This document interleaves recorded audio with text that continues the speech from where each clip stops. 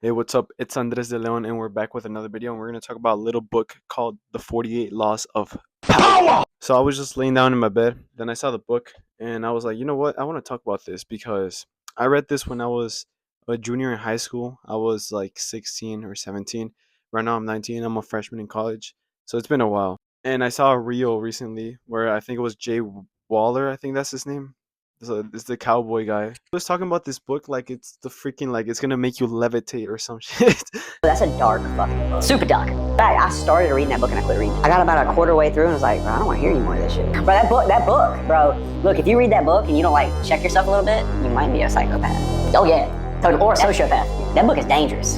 And here's the thing, this book is really good and it's great. It has a bunch of like stuff that you can learn from. But just reading this doesn't make you like a psychopath or a sociopath or anything like that.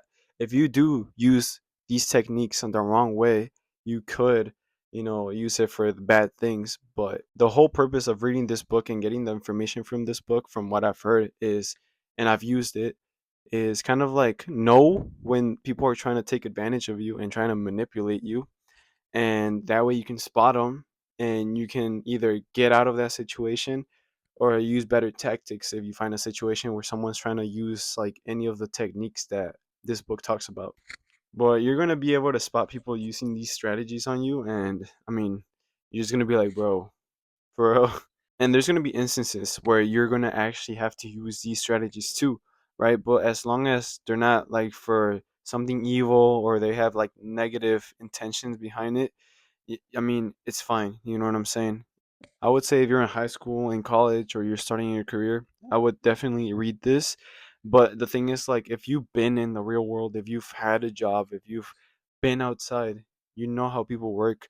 A lot of the things in this book might not be new to you. I mean, there's gonna be a lot of times where you're reading and you're like, oh shit, wait, that actually happened to me, and then you're gonna make connections, and it's pretty cool because like that way the actual like lesson stays in your head better because you have the book's knowledge and then you also have real life knowledge of when that actually happened. You know what I'm saying? Most of the things I read in this book I kind of already knew, just because like since a little kid I was like already, reading a bunch of history books and all of this and watching like adult, like not films, but like kind of more mature shows instead of just watching like freaking Blue's Clues or something like that. I used to watch that too. So I would definitely recommend this book that they say that's freaking evil and it's gonna like make you a psychopath or some shit like that. Give it a try. All right. After you give it a try, let me know if you make it through. Cause honestly, it's fat, bro. If you don't read, you're not used to like reading small words like this. Like it might feel like a drag. Give it a try. Don't be scared. It's kind of expensive. Find a PDF. Actually, I don't know if I can say that on YouTube, but just give it a try. Or watch YouTube videos. You're not gonna regret it.